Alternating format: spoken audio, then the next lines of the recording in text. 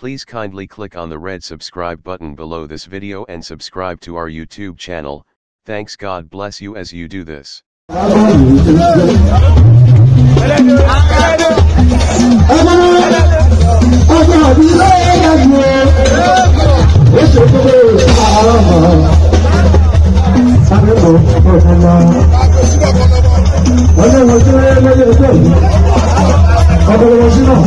Ìjọba ní ẹ̀sùnmọ́ bí ewúrẹ́ sáwọn ọ̀rọ̀ ìlú. Ọjọ́ ìgbésà ìlú sáà láíláí.